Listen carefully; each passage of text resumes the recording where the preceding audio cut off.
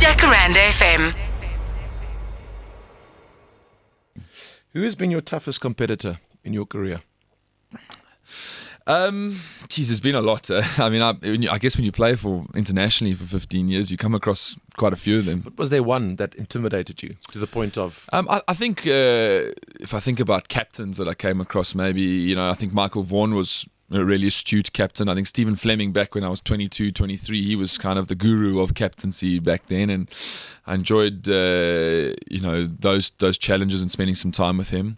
I think probably Ricky Ponting was the guy that I captained. We captained against each other probably the most, and he's probably easily the most competitive man I've ever come across.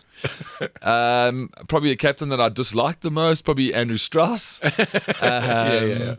But generally, I think there's unique challenges you face. I was an opening batter, so let's say all fast bowlers with a new red ball or white ball was always a challenge. Shane Warne, he's become a good friend. I can imagine. He was a unique competitor and an outstanding cricketer. So he was the most talkative. Warnie's up there. And when by talkative, I mean, The chirping. Yes. Warnie, he plays an important role there. I mean, he definitely...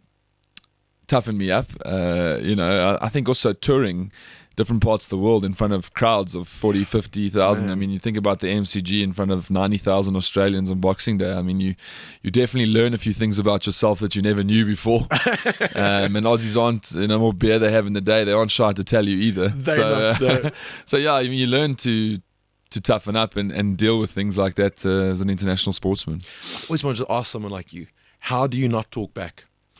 Believe me, by the end of the day, you are desperate to say something. Wow. But I think you deal with that constant fear of not being funny enough when you say something back, and then that whole section of the crowd will turn on you instead of just one or two guys. So I think you have so many thoughts in your head of things that you want to say. You want to say back, but I think you're daunted by the amount of people that are behind you. Unless you have something really quirky and you can make a fool of that guy abusing you, it's probably better just to keep quiet. Yeah. That's a big challenge. Jacaranda FM.